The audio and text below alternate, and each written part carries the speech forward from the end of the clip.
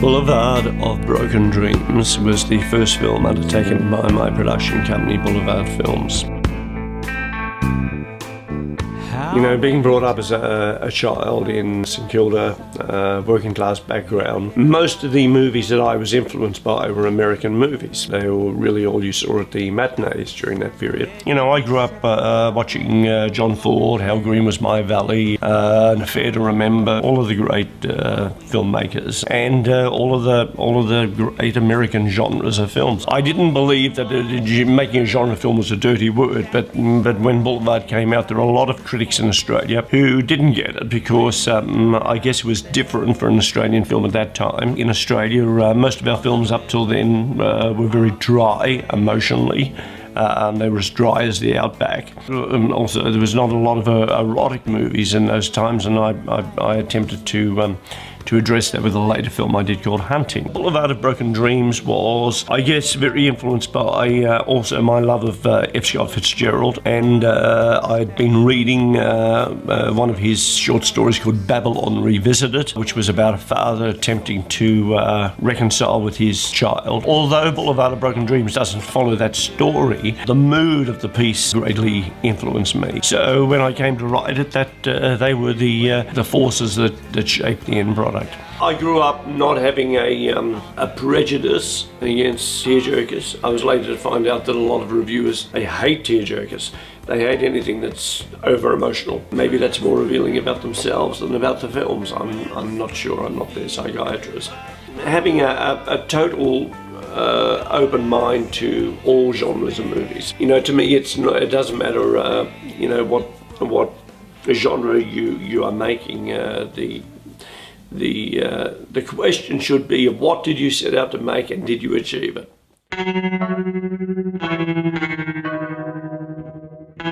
We needed a name to help with the financing. It was suggested that we approach John Waters, so I approached John and he read the script and loved it. John, you know, I'd known over the years, and so it was important to get somebody of that caliber involved, and Penelope Stewart was an actress that I'd seen in several different miniseries and that over the years. She also had a small part in a film I co-written called Backstage. So I knew Penelope's work, and I thought she'd be perfect in that. I wanted somebody in that role who wasn't somebody that the public was used to in a lot of other big Australian films, and they didn't carry the baggage of being too much of an identity in their own right. So I wanted somebody that was totally believable in the role of Helen Garfield.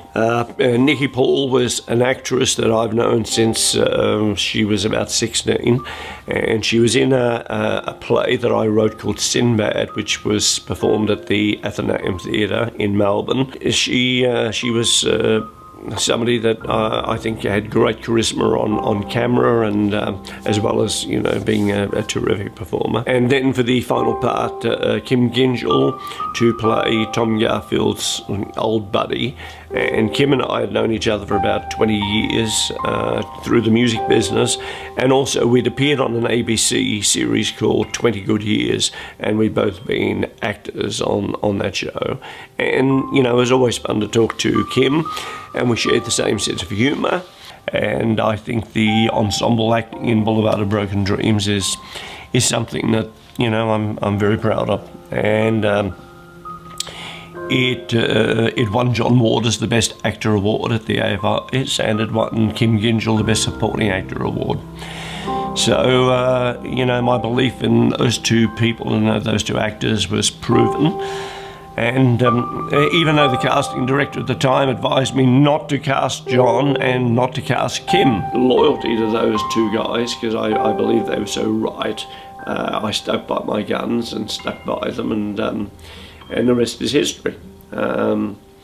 So, you know, it's very easy in this industry to go against your instinct or to be talked into something, and you know, it's you know, be to thyself, be true.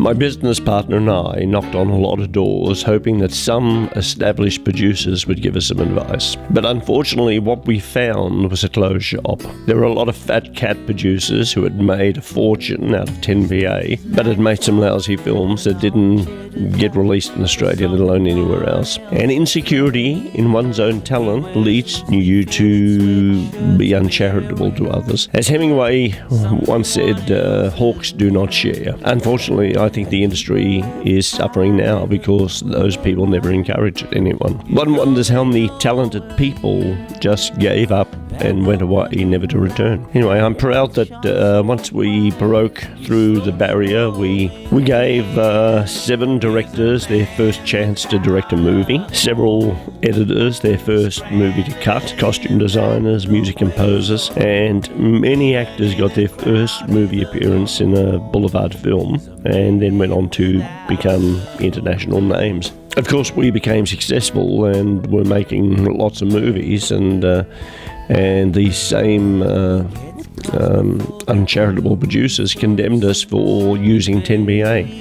Hypocritically, they had all used the same tax incentive, so their beef wasn't us using 10BA, it was the fact that we offered our investors a more generous deal, and we were getting all the investment and not them. Sour grapes. And of course, even though they tried to turn the industry against us, we sold our movies all over the world. The first Australian film ever sold to Miramax was one of ours. First Australian film ever sold to the American Broadcasting Corporation was one of ours. We went on to sell our movies to Paramount, to Disney, to Warner's, to J&M Entertainment, to Skiros, and on and on and on. So, I guess that was salt into their wounds. Fortunately, most of them are gone now, or they're living in a chateau in France, or dead and living in Brunswick, I don't know. But our break came when we knocked on Malcolm Olivestone's door. Malcolm was a broker and a financier in Sydney, so my business partner and I flew up there with the little money we had, and I pitched Malcolm my film about the life of the Australian boxer Les Darcy. I'd spent years on this film, and my pitch was very passionate and emphasised all the drama, the spectacle, the political intrigue. So Malcolm said, no, it's a period film, and they're too expensive. What else do you have? Maybe something that could be done for $1 million. I paused and took a deep breath and then said, well, I do have another one, actually. It's called Boulevard of Broken Dreams, and it's about an Australian writer who has become a big success on Broadway and in Hollywood. And after 10 years, he returns to Australia to reconcile with his family and to seek redemption for all the people he walked over to become a success. And Malcolm said, oh, I love that. When can I see the script? I said, well, we'll get back to Melbourne and I'll send it to you before the end of the week. So anyway, we walked out of Malcolm's office and my business partner turned to me and said, how come you've never shown me that script? To which I replied, I haven't written it yet. And so anyway, I worked for the next 4 or 5 days, day and night, and in one long stream of consciousness, I wrote the script. Anyway, I sent the script to Malcolm by week's end, and he read it and thought it was the best script he'd been associated with, and we had a deal. Anyway, Malcolm set about to raise the budget, and my partner and I, we needed Film Victoria to pick up the non-deductibles, which is the things that like legal fees and things that are not covered by the 10BA tax exemption. We didn't think that this would be a problem, as for a relatively small outlay, Film Victoria would be guaranteeing another movie and all the associated jobs for Victoria. Anyway, Greg Tepper, head of Film Victoria at that time, phoned me to say that they were declining our application. I asked why. And he replied, because it's a tearjerker. And I said, so you don't like the script? And he said, no, we on the contrary, I think it's a well-written script, but it's a tearjerker. So I said, let me get this straight. You are knocking us back because you don't like the genre of movie it is. And he said, yes. So anyway, my business partner and I, we frantically mortgaged everything we owned, maybe a few things we didn't own, and we put up the money ourselves. I guess that gave me a bad taste about approaching the government about anything. And then years later, when I was living in Los Angeles, I went to the Australian consul and pitched them an idea about this week-long festival to incorporate everything Australian and be a showcase for everything Australian. Anyway, they loved it so much, they took the idea and have never credited me for it. So, yeah, that's me through with the government. Anyway, Film Victoria phoned me when Boulevard of Broken Dreams had been nominated for 7 AFI awards, including Best Film, and asked if they could take out a full-page ad in Encore congratulating me and the film on being such a wonderful, successful Melbourne production, to which I replied, no, you can't. I needed your help then, I don't need your help now. So there were certainly a lot of people scrambling to jump on the bandwagon once this film had started to get some heat and get some attention. It's, I'll probably be blacklisted for saying this, but you know what, I'm too old to give a damn. And I'm probably blacklisted anyway. Interestingly, when this film eventually got sold all over the world, it was always seen as a very sensitive and thought-provoking movie, but in its hometown, or its homeland, some of the reviews were just astounding, vitriolic and personal on a couple of, in a couple of cases, personal to the point where I probably could have sued. It was most of the reviews reeked of who the hell are these guys to think that they can just come in and take over the industry, because we'd already announced that we had another 5 films we were planning to make. On reflection, we probably shouldn't have released that information at that point in time, because I think a lot of people had their noses out of joint that our first film hadn't even come out yet, and we were making plans to make other films, so it probably made people think that we were very arrogant. We weren't arrogant, we were probably young and ambitious, but again, in Australia at that time, that was probably not an asset. We copped a lot of flack for it being a sentimental movie. I always felt that if I'd have actually put on the credits based on F. Scott Fitzgerald's Babylon Revisited, we probably would have gotten better reviews. Terrible indictment, but never underestimate the snob value in the industry. We got savvy, and then, but the interesting thing is that the public came, and the public really responded to this movie. They loved it. People overseas loved it. I think this film has been sold in just about every territory in the world that there is. So it was, a very, very successful movie, and enabled us to be able to go on and make a lot of other films. I always think it's quite ironic that there was such a disparity, or such a distance between what the industry thought, the people, the technical people, the people who vote at the AFIs, that the people who view the film and know technically actually what you've done and what you put into this movie, voted us to be best film, voted for us to be nominated for best actor, best supporting actor, best costume, best cinematography, best direction, and so on and so on. And yet, a lot of the critics, just didn't get it.